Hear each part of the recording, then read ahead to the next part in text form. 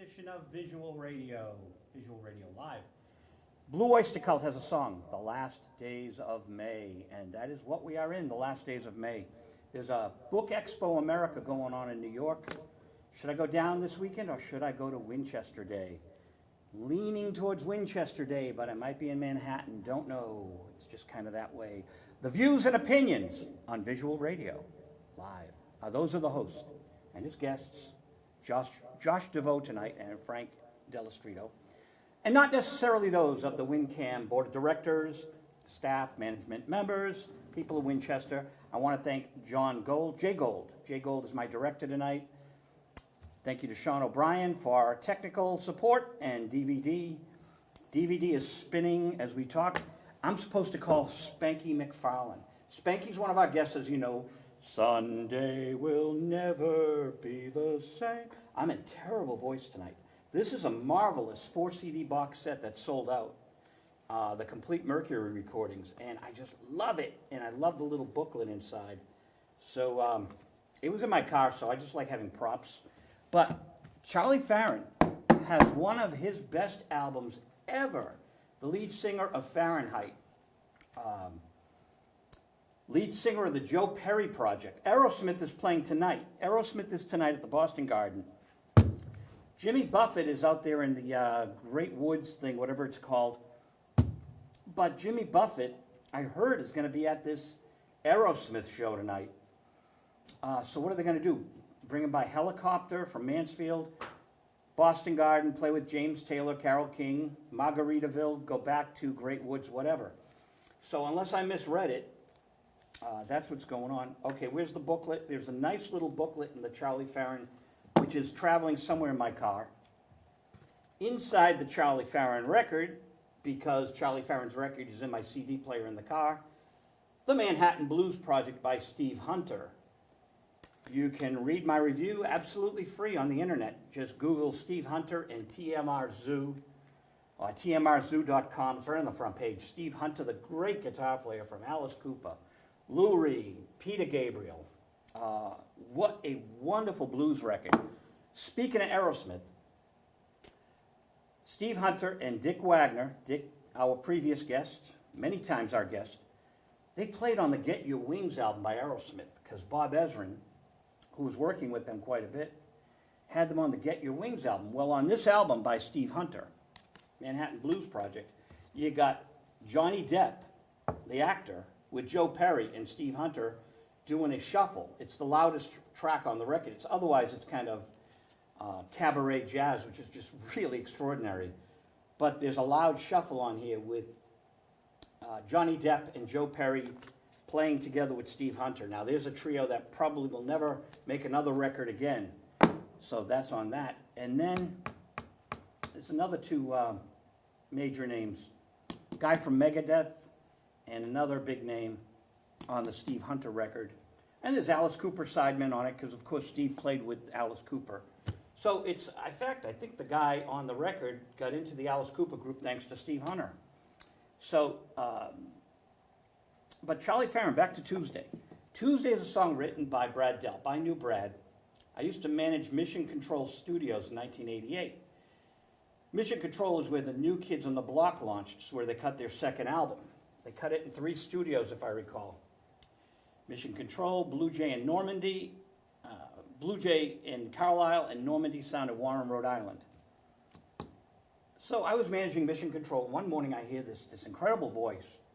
There's David Brown, the guitar player for Billy Joel, producing, and there's Brad Delp. I said, my God, it's scary waking up this early in the morning and hearing one of my favorite singers. And Brad Delp said to me, it's scary hearing me at this hour in the morning for me. And he was recording Tuesday. So I was actually there at the recording session for Brad Delp's version of Tuesday. He never put it out. So Charlie Farren asked the estate if he could record Tuesday. It features Charlie Farren on acoustic guitar and vocal, Cameron Stone on strings, and Anthony J. Resta on sci-fi mumbo guitars. All right, now Anthony J. Resta, you all know, he's been on the show in Burlington, on this show, taped in Burlington. Anthony J. Resta produces Duran Duran, and he's producing our good friend Mark Farner of Grand Funk Railroad. So this record sounds great. Like I said, longtime Charlie Farron friend. Charlie and I are colleagues, we're friends. But listening to his whole body of work, which I've heard his entire body of work more than most, I really like 3 or 4 tracks on this record jump out as phenomenal. So good work, charliefarron.com. Brand new, just got it in the mailbox, just like I got the Steve Hunter thing in the mailbox. So our guest is here. Josh Deveau is here in the studio. Filmmaker, as is our director, Jay Gold. Filmmakers meet and unite here at WinCam. And welcome to WinCam, Josh Deveau. It's going to be on microphone number 9. I'm on microphone number 8 for those who are counting. And we're having a lot of fun here on Visual Radio. At the end of the night, we're going to talk to Frank Dello about the Phantom of the Opera. 1925, sorry, Frank, I was 10 years in advance. It was the 1925 version we're playing tomorrow night here at WinCam at 9 o'clock, our movie night. Hello, Josh. Hello. How are you? We have movie nights here on Friday. That's public domain. I love movies. So, you have a website. I do have a website. It is joshdeveau.com. My first and last name, .com. Deveau. No relation to Julie Deveau of WROR. No, not that I know of. Dear friend of mine. It's possible. Julie Deveau and I were at a radio meet in November 17th last year with Charlie Farron at the Simmons College. So we were speaking, but Julie Deveau is almost, it's like your name is Deveau without the Evero.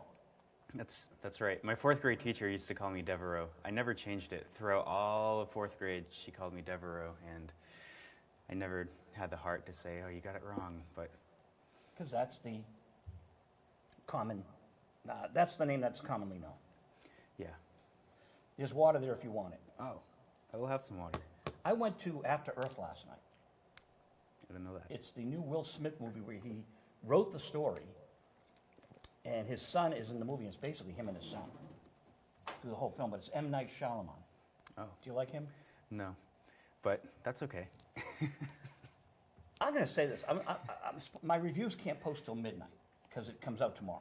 Oh, okay. But the screening was last night for the critics. So I can say this. I'm leaving the theater, and one of the critics is like, I hate M. Night Shyamalan. Hasn't made a good movie since Signs. Well, I didn't like Signs that much, did you? I mean, I saw it. He hasn't made a good movie since The Sixth Sense. Let's keep it at that. I disagree with the critic in the theater with me. I really like this movie. What I like, there's Star Trek posters, okay? Mm-hmm. This is big. M. Night Shyamalan has what I love about sci-fi. Big spaceship, big buildings, just big. And you're looking at the screen, everything is like huge science fiction. I loved it. Didn't realize it was him till the end of the movie. So I think this is his best since Sixth Sense. He likes those twists, yeah. Yeah, it's a good film. So after I met you at the record meet on Otis, you had a film screening. I did, yeah. I actually had two official film screenings back in May, in early May. This is still May. In the beginning, it was the 2nd and 3rd of May, I had 2 screenings. And those went well, and I had... At Massachusetts College of Art, where I just graduated last Friday. Wow, congratulations. Thank you. The graduate. Also graduated with departmental honors. So I don't know what that means. I guess I'm good at what I do. Departmental honors, how many people get that? 15% of every department, every graduating department. So. Did they tell you specifically why you got departmental honors?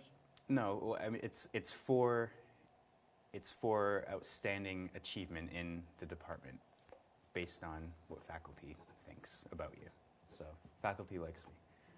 That's good.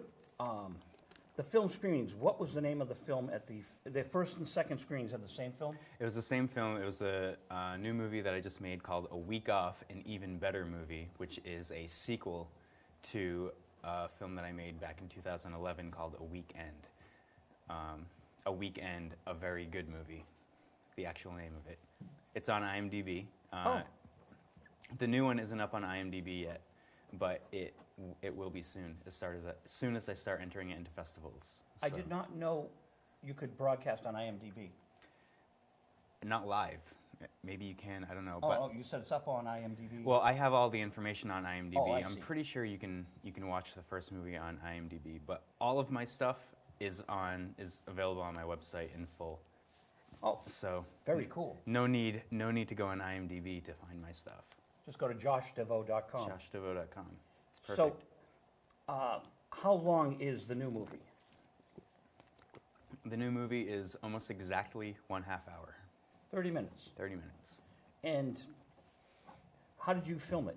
What did you use? I used the Sony EX1, just one of the cameras that they have available at the school, one of the many cameras available at the Massachusetts College of Art. If anyone's looking at art schools, that's the place to go.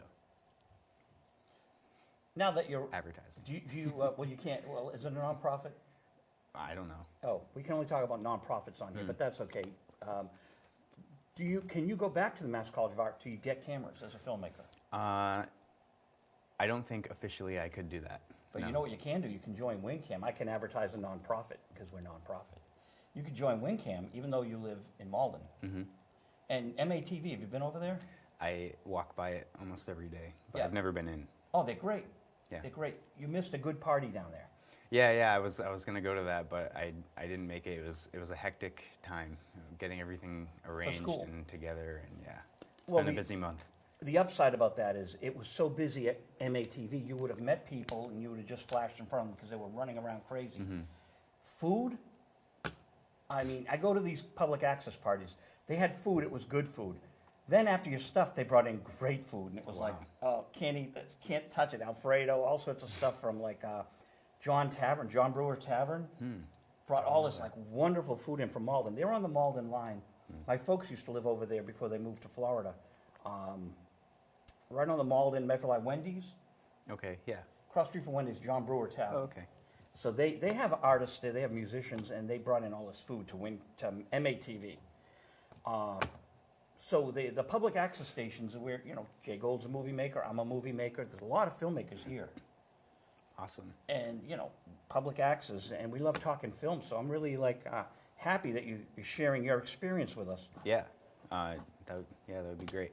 That's been my biggest thing. I started writing a new movie, and I haven't really started to think about how I'm gonna shoot it yet because I'm still in the writing stages. But definitely having access to equipment would be nice. Well, I'm a member at 5 stations, so I'm a member in Cambridge, Winthrop. Like, WinCam didn't have the cameras I needed, and I went to Winthrop because I'm a member there and I can get a camera out there. It's a bit of a drive, but the camera I needed, they had. And when you don't have equipment at a station, it's great because that means the members are all taking it out. Yeah. And it's a very healthy station. And this Saturday is WinCam Day. No, Winchester Day. Winchester Town Day, people. So the cameras will be out in the town. It's a big festival in Winchester. They shut the streets down. There's all the stores are there with food and the goods and whatever. And we walk down the street with the cameras and talk to people. I've never been out here before. It's a nice place.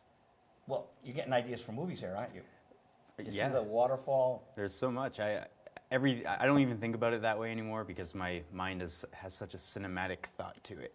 I just think about movies all the time. So yeah, I think about movies. As you go up Mount Vernon Street, there's the long and winding road I'm on every day, and there's the reservoir. So there's people that, it's the fells. So you've got all the forest there and the beautiful water. It's a reservoir. Yeah. But Winchester has so much to offer. And I think it's underutilized as far as films go. Yeah. Now's the time. They're asking for it. Where did you tape or film? All my big movies. So I made 3 kind of big movies. My definition of a big movie is a movie more than 20 minutes. So I made 3 over 20-minute movies while at Mass Art. All 3 of which I shot in my apartment in Malden. And that is partially a reason why I made the last movie a sequel, because I thought, I'm going to be shooting in the same space. How am I going to make it seem like a different movie? I said, I know. I'll make it a sequel. A new family moved into the apartment, and it worked. Well, Honeymooners is an old show. I don't know if you've seen reruns. I've seen a few, yeah. And very popular when I was a kid. I was like 5 or 6, so I didn't really kind of watch it, but you'd see it, and it was really for the older folks. And it was Jackie Gleason, and it was funny, and Art Carney, and they always use the same set, like the Golden Girls. And if you have a great script and really great actors and actresses, you can do anything. Yeah. Yeah, I would love to turn this whole style that I have kind of into a TV series, but I don't have the finances for that. And it takes a lot of time just to make one 30-minute piece. So I need a big crew, and I don't have a big crew. I don't like big crews. I like working by myself. Yeah, but see, we're doing 55 minutes right now with 3 of us and a technical director, so that's a lot, Yeah. and we're live. But yeah, I'm just saying, it's just kind of cool. These are really wonderful cameras here. And Yeah, I didn't look at them. and Jay's very impressive. He just did a movie on the hypnosis, hypnotism, World Hypnotism Day earlier in the year. So he just did his film here and edited here. Where did you edit? At home? Yeah, I edit at home on my computer. I use Avid. I'm not good with Final Cut, but I'm very good with Avid. Unfortunately, it's hard to find jobs that want you to work with Avid. Everyone wants you to work with Final Cut. It's a difficult thing I'm trying to get through, but They teach it to us here. Avid? Final Cut Pro. Oh yeah. And iMovie. iMovie's easy. Yeah, iMovie's easy. Actually, iMovie's too easy. I can't use iMovie. I can't it's figure too it out. easy. It's different. It's not the same. It's set up differently. When Apple gives the free courses for Final Cut Pro that the Apple stores give, they want you to know iMovie just to have a fundamental understanding of it. Well, I think the new Final Cut 10, really wasn't popular amongst professionals because Oh. it was too much like iMovie. Really? Okay, I've not experienced that one yet. Yeah, that was the big word of the school last year. I don't know if I can say any of that. Oh, you could say that. You just can't tell people how great the school is. Oh, okay. I can. But Oh, great. Did you enjoy Mass College of Art? I did, yeah, a lot. It was actually the second school that technically the third school that I've gone to. New England Institute of Art, did you go there? No, I first went to the San Francisco Art Institute in San Francisco, and I stayed there for a semester, and then I came back here. When did you go there? Fall 2007. Oh. Yeah, I've been in college for a few years. So, It's nice to be 2007, done. you're in San Francisco, so that's, number one, it's been on so many movies already. What, Hulk with Eric Bana, right? It, Clint Eastwood. it's been in every movie. Ubiquitous. I hate using that word. Ubiquitous. Yeah, it's been around. San Francisco's been on camera a few times. And with one semester, what was the school like? The school was very artsy, not what I was expecting. I was expecting, film school. I'm going to film school. It wasn't like that at all, which I thought I didn't like. But then coming back here and going to another art school, I found out that I don't know how I would do without an art school. So, What was the other school you went to other than? Bunker Hill Community College, just Oh. for a semester when I came back here because I didn't know what I was doing yet. So I went there. I don't think a lot of credits transferred from that school actually, but I mainly went just so I could keep grounded, stay in school instead of take a semester off because that doesn't always work out well for people. So now that you've got these movies under your belt, what is your next vision? Well, I think I want to keep on the style that I have going right now, which is kind of experimental, also narrative, comedy, very experimental comedy, I like to call it.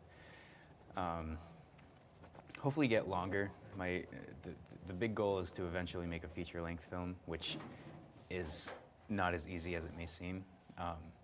Sure, it's easy to make an 80-minute movie, but it's not easy to keep the viewer entertained all 80 minutes, and that's kind of a challenge that I've been trying to get through, but been watching a lot of movies that I don't usually watch and getting inspiration from different directors. David Lynch is someone that I just kind of, I've known about him, but I never actually watched any of his movies until recently, and I'm like, oh, okay, this is why everybody tells me to watch David Lynch. And so I'm really trying to work the way he does with very long, drawn-out scenes and you're kind of like, why have I been watching this for the last minute? And it just works. So somehow he does it right, and I haven't figured that out yet. Did he do Eraserhead? Yeah. I walked out on it. Because you didn't like it, or it freaked you out too much? My dear friend Joan, way back in the day, sent you a birthday card, and you didn't even send an email back. How dare you? Joan and I went to see Eraserhead back in it was the Harvard Square Theater, which I guess just closed down. The theater, there was a theater in Harvard Square playing all these artsy movies. Not the Brattle. One of them, something in Harvard Square I heard just closed down. I don't know what it was. I have to look into it, but it might have been the Brattle. No way. No, that we saw Eraserhead. Oh, okay. So this had to be 76, 77, and I worked for my dad's company. We had a van, and I had the van because I, was the driver. It was great for my rock band, having a van. So Joan stayed in the theater. I said, I have to leave. I could not take it, and I don't walk out on movies ever. I walked out on that, and I walked out on Thinner, the Stephen King movie. I thought that was a made-for-TV movie. Thinner? Yeah. No, unfortunately, it was at the theater, and I went in 1998. See, I remember that. 1997. Thinner. So what was wrong with Eraserhead? Why didn't you like it? Too grim. Too grim. I wanted to be entertained. It was just too squeamish. I just couldn't take it. Yeah, it's not very entertaining. You have to be ready for it. I certainly wasn't ready for it, but I got it instantly. I was like, oh, okay, so it's going to be like this. Okay, I can watch that. And I mainly watched all of it because I heard so much about it. I was like, okay, well, I have to have references. When people are making references to this movie, I gotta know what I'm talking about. So, my friend Joan was one of the liaisons to the British punk scene. She was a mover and shaker back in the day, so I guess that's why it appealed to her. I was part of the American punk scene, so I guess I just didn't get it. But you do experimental comedy. Would you call Eraserhead experimental comedy? I think that's subjective. I mean, I think some people look at Eraserhead and call it horror. I do. It frightens people, and I understand. But it's that kind of comedy, though, right? That kind of thing is funny to me. I mean, I saw a lot of Eraserhead kind of funny. I mean, some of it was pretty disturbing. The alien baby is disturbing. There's nothing really comical about it. I mean, I guess there are a few comical parts, but yeah. I mean, I find maybe, I guess, unintentionally creepy things funny. I collect a lot of creepy dolls. Kind of a confession, I guess, but I have an array of strange-looking dolls in my apartment, and Frankenstein? No, they're standard like porcelain dolls, but some of them just have the craziest faces, and I just think, what was the person thinking when they were making this doll? Whoever put this doll together, they were thinking, oh yeah, this is perfect. This is exactly what a baby looks like. And it's not. It's horrifying, and something about that makes me laugh. So you can have an actor in one of your films, and the porcelain doll kind of like juxtaposed there. I've actually had in my movie titled The Rosselsons, there is a porcelain doll featured in the movie as a baby. It's the baby child that this one couple carries around with them, and sometimes it shows a close-up of the doll's face, and it's just clearly a doll, and so that was kind of just something that I did with dolls. I have incorporated dolls in my movies. So. Did the couple really have a baby in the movie, quote unquote, or was it a fictional baby that they thought they had? No, it was a real baby. Yeah. Okay. It was supposed to be, yeah. Okay. Right, yeah. There were a few scenes specifically with the baby where people are addressing the baby, and it cuts to the baby's face, and it's just a blank staring baby, and it's funny. It's funny to me. Have you had any experience with the Mass Film Office? No, I don't even know what that is. Okay, in a lot of cities and towns, they have film offices. The reason I brought it up, because you're at the college, I thought you might be, since you're in town. Mass Film Office helps filmmakers, so they help you with location shoots. If you want to use Gloucester, they would have the liaison to the town of Gloucester, I think it's a town, it's not a city. And you go to the Mass Film Office to get locations, maybe some help, maybe to post on their website that you're looking for actors and actresses. And, or it might be the Mass Film Bureau now. I'll tell you why the reason I'm bringing it up. But they also bring films into town, so when you see Matt Damon doing a movie here, he's usually working hand in hand with the Mass Film Office. They do the tax credits so that you don't go to Canada, because a lot of people go to Canada. So that's, I have to get back down there to see what they have to offer today. Google it. Yeah, I will. It's got a lot of resources for filmmakers. The reason I'm bringing it up is because I went there. I'm working on a couple of films, of course, and footage goes everywhere, and just have it. Okay, I'll get to this. I'm now putting my films in hard drives, and just like the hard drive is going to have the pieces that I get together, you know. But there was a lot of controversy because one of the governors, I don't know if it was Jane Swift or Cellucci before her, or whoever came after Swift, Romney. There was a lot of controversy. It might have been Cellucci who combined the Mass Film Bureau with the sports thing. It was like you get sports and film together, and it was a fiasco. So the other people from the film office started their own. Then you had two of them competing, and that was a big fight. Then Nick Paleologos from Woburn had the new Mass Film Bureau. Now I hear he's out and he's down in Jersey, because he was living in Woburn, and he was running it. He's down in Jersey now, so they now have a new head. But I guess it's functional again, and obviously movies are being made in Massachusetts. So the Mass Film Office, though, a resource, every public access station should have a connection to the Mass Film Bureau. It's just a great resource. Yeah, I'll look into it for sure. Because then you get the permission to tape wherever you want to tape. Right. And, you add your apartment footage.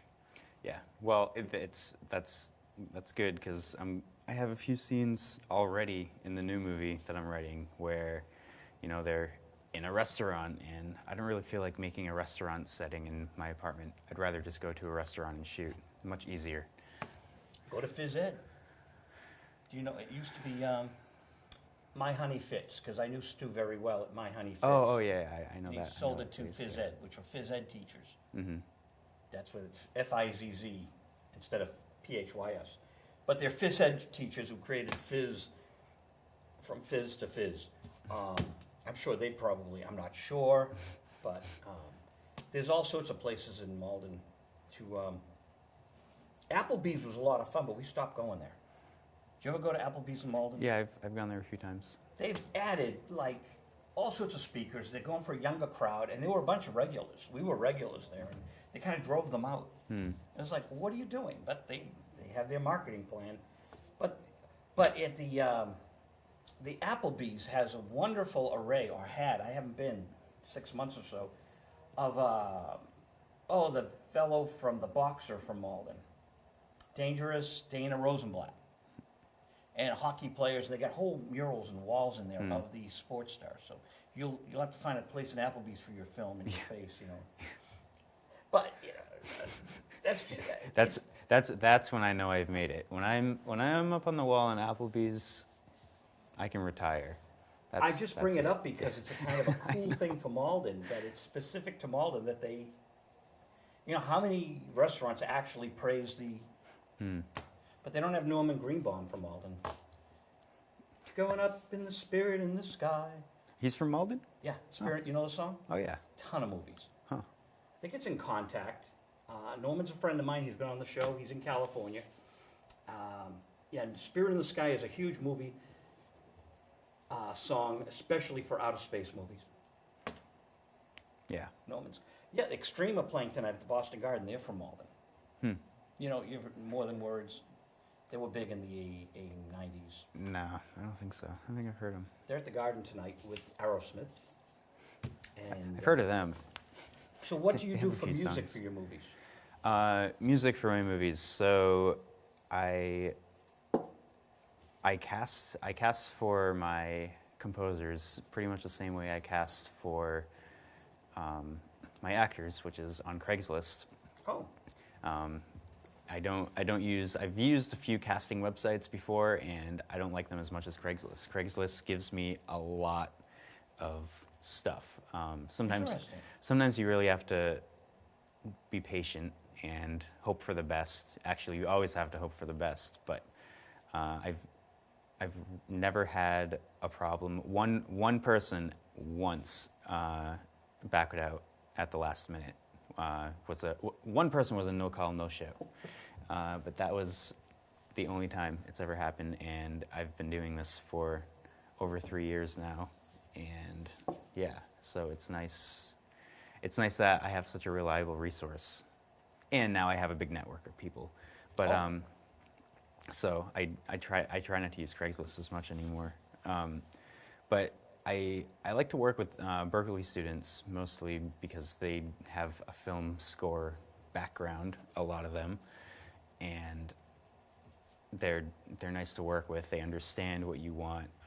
It's not always as easy. The first movie that I did, I worked with a Berkeley student, and she was also the star of the movie, coincidentally, because I saw her picture and I was like, "You'd be perfect for this character." And so you got the star from looking for a score. For someone to do score. Great. Yeah. She enjoyed being the star of the movie? Yeah, she was great. She was great on both levels. And I tried to get her back for the last movie, but she's too busy. She lives up in Canada now, so it's not as simple. Well, that's what we use. So I found two other people, a friend of a friend, and then some guy from Craigslist, and they both collectively did music for the new movie, all within 2 weeks, and they were incredible, and they really kind of saved my butt. That's fascinating. Yeah, it was. I'm glad they did it. I'm very grateful for them for doing that. So in a 30-minute film, how many people did you have working on it with you? Actors included? Yeah. Let's see. I want to say maybe 10. As far as the crew goes, I did most of it. I mean, we had kind of a running joke on the new movie where if you held the boom pole at any time, you got a boom credit. So pretty much every actor in the movie, at the end of the movie, you see the credits roll, it has boom credits, and every actor is under the boom credit. That's cool. But yeah, everything else, I do the directing, I do the editing, which is my main thing. I really like editing the most. Really? I act in my work too. I try to not give myself big roles, but lately my roles have been bigger than I expect them to be. So I'm trying to cut that back a little bit because I don't like to be that guy that I don't want to be another Ben Affleck. In my films, I use my shadow. You'll see my shadow for like 3 seconds, and that's my little signature. My little Alfred Hitchcock moment. You ever watch Hitchcock do his walk-ons? Yeah. And then Stan Lee, of course, from Marvel Comics, does his walk-ons. Mm-hmm. I'm going to Man of Steel in a couple of weeks. What do you think of that? I don't know. I don't follow superheroes very much. Oh, I'm a big superhero fan. Yeah, a lot of people are. I don't get into fantasy very much. I'm more about nonfiction. Although the stuff that I make is very much fiction. So it's interesting. When it comes to reading, I don't read novels. I read like articles about stuff. That's whatever you're drawn to, Did you see the new Oz movie? No. It's worth catching. Yeah? It's not great, and we're big on Oz over here. But the thing about the movie that I like the best is he put on the 3D glasses, and of course Sam Raimi, I think it was, he brings you into Kansas black and white, but he's got you in that hypnotic, he's got the hypnotism swirl like the tornado. Best part of the whole movie for me was the opening credits, and I'm sitting there saying this is going to be a classic. And for me, it was all downhill from there. And then you get into Avatar. He lands in Oz, and it's Avatar. And all the colors and everything was Avatar for me. And then James Franco just, they wanted Robert Downey Jr. James Franco's looked a little out of his element with the green screen. That's the issue that I have with movies like that. Again, I use green screen a lot in my work. My work is very green screen heavy. However, I don't like movies that are just completely special effects. That bothers me. You don't have actors in Glinda the Good Witch's bubble behind a green screen, and that's where you look kind of goofy, in the bubble. Act like you're in a bubble now, James, and It's tough, but great actors have to overcome that, and he's a very good actor. I've been told I look like James Franco. I don't know. Maybe his brother. I am James Franco's brother. Oh, good to meet you. You're You're welcome. Good in Spider-Man. Oh, but you didn't catch your brother's movie because you don't watch. No, You don't watch any superhero movies. None of them. The Dark Knight. I saw the first.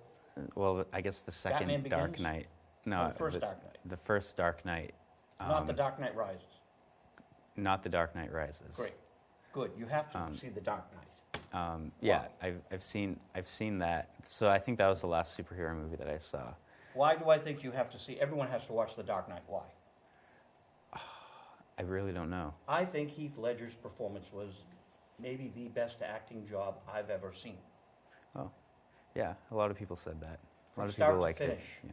Yeah. He was extraordinary. And I'm wondering how many drugs he took to get to that level because it was an otherworldly. Apparently, a lethal amount. But that might have been the thing. I think to get to that level, he really did whack himself out of his mind because the body movements, the facial expressions, the tongue coming out, just the command was so. I saw it in IMAX, and then I went to the smaller theater in Woburn and watched it again. And the movie was not as impressive on a smaller screen second time around, except that Heath Ledger kept your attention. I'm like, wow, it was Heath. But the IMAX is also impressive because you're there in Chicago or Gotham or whatever, and it's like, man. The IMAX had depth that the small screen lost. So that's kind of weird because when it goes to TV and DVD and the internet. Yeah. I think my superhero as far as movies go would be the bride from Kill Bill. That's I guess my. I haven't seen Kill Bill. I would call that my nerd movie. I don't watch a lot of culty movies, but Kill Bill is definitely up there as far as it's the closest thing to a comic book movie that I follow. And what's the bride all about? She just wants revenge because she had Bill took her daughter, and she wants revenge on all the people that tried to kill her and tried to kill her daughter, and she thinks her daughter's dead, and it's a roaring rampage of revenge. So the movie critics said. A roaring rampage of revenge. I like that. If you see Kill Bill Volume 2, she says that in the beginning. I'm kind of stealing, but it's just promotion, just promoting the movie. What's your favorite film that you've seen either in the theater or TV recently?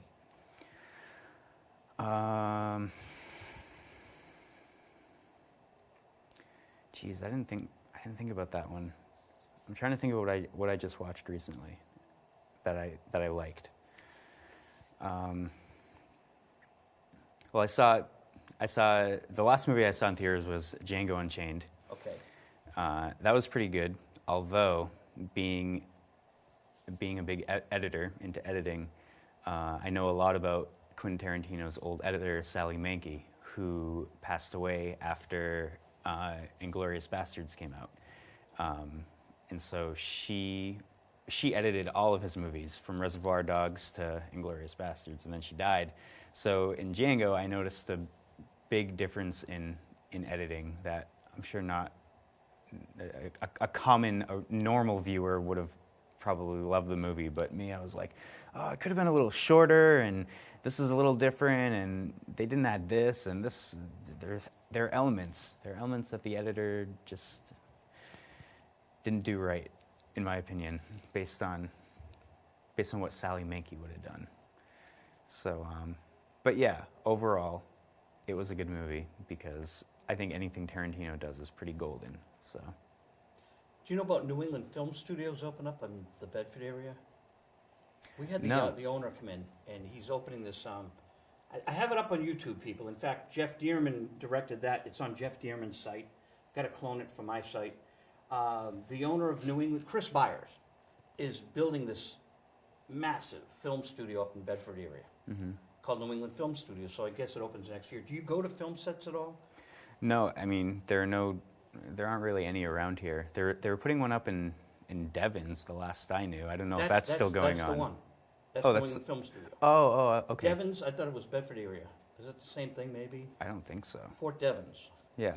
Yeah. Maybe it is. I don't know. It's up there near Lexington. Yeah. Yeah, that way. Yeah. Yeah, that's the one. Chris Byers was here. So Tobey Maguire was in Winchester with a major actress. They were taping something and they were using the parking lot over here. That was maybe 3 months ago. It's kind of cool to have Tobey Maguire in Winchester. Author Stephen Davis is here. Goes, I want to move here to Winchester. Yeah. Like you said, he just loved it right away. It's a nice place.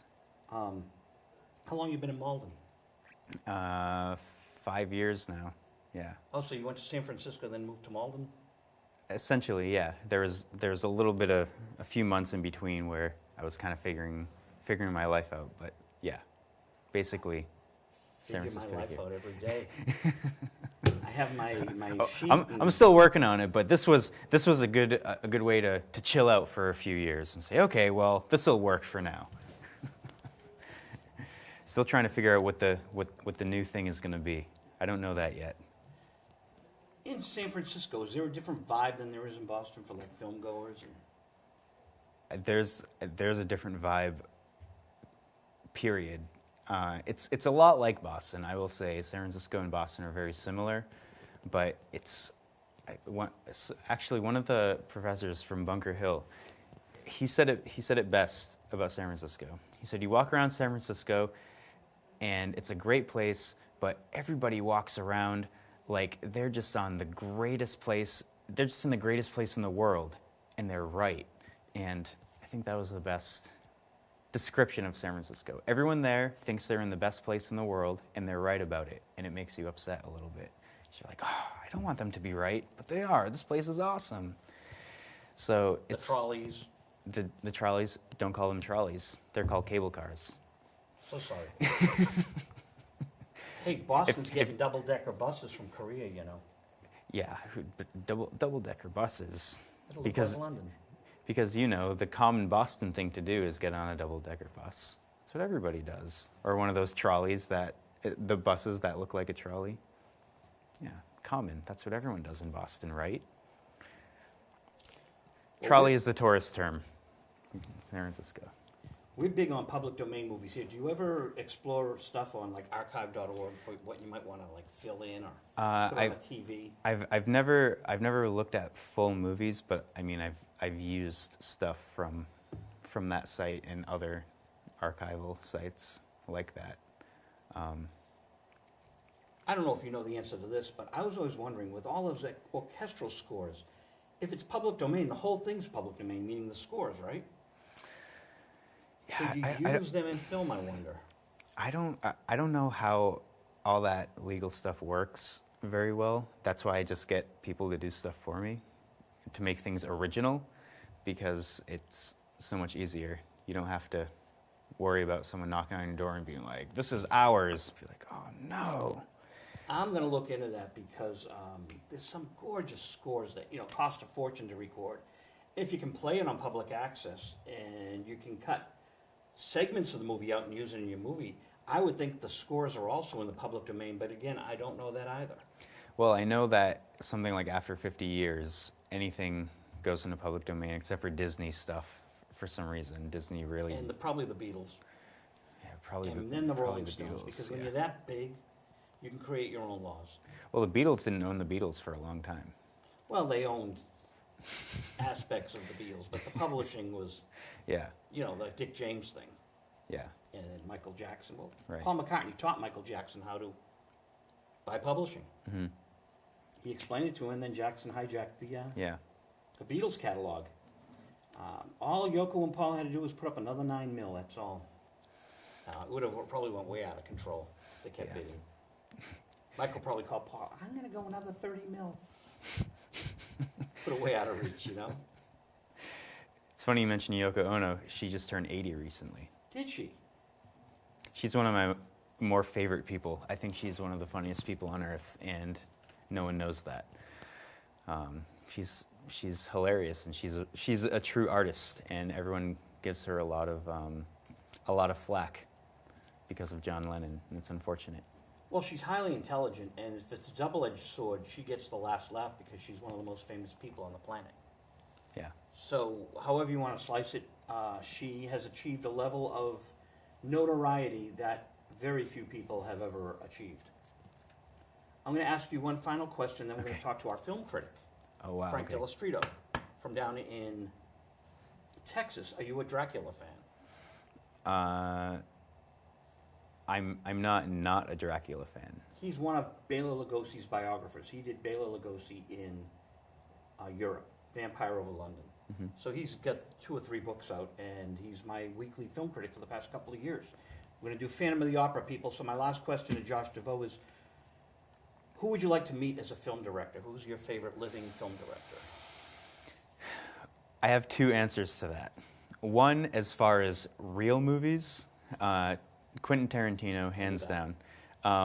The other one, I actually did meet him, and I got his signature. I'm really highly considering getting his signature tattooed to my body because he's, without a doubt, the best film director ever, the craziest person in the world. Tommy Wiseau, the man who directed the movie The Room. The Room is considered by many the Citizen Kane of bad movies. There are screenings of it every month usually at the Coolidge. It has the same kind of feel as, say, Rocky Horror Picture Show. People throw plastic spoons at the screen, shout out a bunch of different obscenities and stuff, and it's the most inspiring movie I've ever seen. It inspires my work heavily, and I think everyone should see it.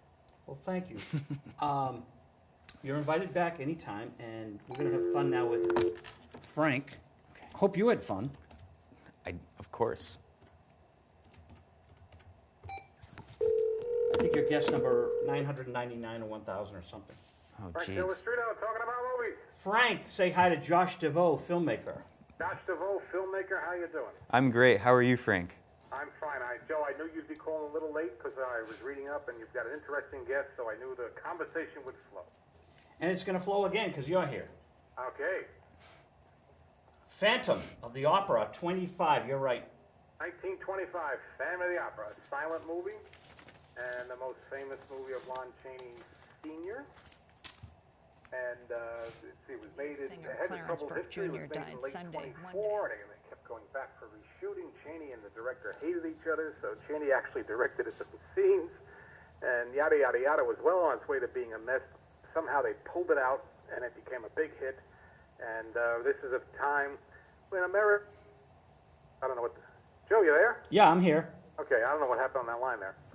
American cinema is not making a lot of horror movies, and this is an horror movie. So it was a bit of an outsider, and the people loved it. There was no real follow-up, though. I mean, Chaney had made this movie for Universal, and then before it came out, he had moved over to MGM, where he was under contract. So he never made a movie for anybody but MGM after 1925. So if Universal had wanted to follow it up, they were going to have to find another horror star or another star. And they really weren't thinking in terms of horror movies in those days. I don't think it was ever described as a horror movie until much later. And let's see, we've often talked on this show, Joe, about people that you show a lot of silent movies, and so many of them didn't make it into sound. This movie's made 1925, about 2 years before the big breakthrough in sound, but about 4 years before silent movies would be dead. And almost nobody in this movie had a career that survived that. Chaney died in 1930. He would have survived just fine as far as we know. He only made one sound film. Mary Filman, the leading lady, was 21. She was doing fine, but when sound came in, she was out. She would live in seclusion for another 60 years, but she was out of movies by 1929. She was still 27. The romantic lead, Norman Carey, the same story. He's 30 years old. He'll make 6 sound films before he calls it quits. And the director was pretty much out of the business when sound came in. So sound did not do good things for the casting here. For people who have not seen this movie, you have to watch it just to see the unmasking scene. It's one of the most famous scenes in American film, one of the most famous scenes in horror movies. And this is where, Chaney, you don't see much of him for the first quarter of the movie or so. He's just mainly in shadows. And we're well into the movie before we get to see the Phantom of the Opera's face. Now, people who haven't seen the movie have probably seen his makeup because it is so iconic. But you have to see the unmasking scene. And Mary Filman, the leading lady, supposedly her reaction to his face is real because legend says she had no idea what he would look like in the makeup, and that may well be true because there was a lot of publicity, a lot of non-publicity, keeping it under wraps. They didn't want people to see it. It was hard. I don't know if there were any photographs of Chaney in makeup available before the movie actually came out. So it may well be her reaction. And the genius of the masking scene is you get to see it twice. She pulls his mask off from behind, so she doesn't see his face, and we do. So that's unmasking one, and then he turns around and looks at her, and then you see her reaction. So watch it. I mean, even if people aren't into this movie or whatever, watch it. And who directed that scene? Was that Lon Chaney directing, or we'll never know, but I'm pretty sure that would have been Chaney directing himself, because it wasn't too far along before he and the director couldn't stand to be in the same room together. So who was the director again? The director's name was Rupert Julian. He's one of these guys he's a New Zealander. Not a lot of New Zealanders in American silent movies. And he had been around from the beginning, so he had done everything. He had acted, he had written, he had produced, and he directed. And his big claim to fame is he was a dead ringer for Kaiser Wilhelm II. So during World War II, he went from one movie after another to playing the Kaiser. And if you look him up on the International Movie Database, IMDb, they've got a picture of him there. And if you know what Kaiser Wilhelm looks like, you say, God, that could easily be confused with Kaiser Wilhelm. Are we sure it wasn't Kaiser himself? It might have been, maybe. Well, the Kaiser was supposedly living in retirement in Holland, but maybe he had a double life directing Phantom of the Opera. Maybe that's why Chaney couldn't get along with him. I don't know. We'll never know. We'll never know. Why is this movie in the public domain? This is one of the most famous movies in the world, and it's in the public domain. You had to get the lawyers in on that, but Universal, this was 1925. Universal came back in 1929 and they did film some new scenes, but they recut it. They put in dialogue. Chaney wasn't working for them, so they couldn't use Chaney's voice, but they got the Norman Carey and Mary Philbin, the romantic leads, to come in and add dialogue to their scenes. And my guess is the reason this is in the public domain is because with Universal copyright, and in those days you had to keep renewing your copyright, not like today where you do something and it's copyrighted for 99 years or so. You had to keep renewing it. So my guess is they renewed on the 1929 version, but never renewed on the 1925 version. That fell into the public domain. But again, you'll have to get the lawyers in on that because I'm not an expert on what makes things public domain and what not. So the talkie version is probably a Universal classic that they keep under the wraps. Yeah, I mean, well, if you watch the two side by side, the 1929 version, which there's two versions of it. There's silent and there's a version with some talking scenes, and the reason they did that is in 1929, a lot of theaters hadn't rewired for sound yet, so you needed silent and sound versions if you wanted to do both, and when I say that it's not silent, there's talking scenes, there's sound scenes, but it's primarily a silent movie with a musical score. So another 20 seconds, Frank. Oh, another 20 seconds. Okay. That's about it for this movie. It is a classic. You wish Chaney had made more like it, and keep an eye on TCM because they often play Chaney movies, and he is an actor to watch. And you'll get some of that in this movie, but he was a very versatile actor, played different kinds of roles. Unappreciated today because he's mainly remembered for his heavy makeup roles, but he did a lot more. Joe, I'll talk to you next. I'll try to get you the movie tomorrow for next week. You. Thanks. Bye-bye. And that's Frank Dello. Great intellect. Tomorrow night's the movie Phantom of the Opera, 9 o'clock. The views and opinions on Visual Radio are those of Joe Vig. His guest, Josh Deveau. His guest, Frank Dello. Not necessarily those of Jay Gold and WinCam and Sean O'Brien and all the people here. Hey, see you out there on Saturday for Winchester Day. This is Visual Radio. We've got a lot of guests coming up. Steve Hunter will be on soon. Stay tuned. Good night.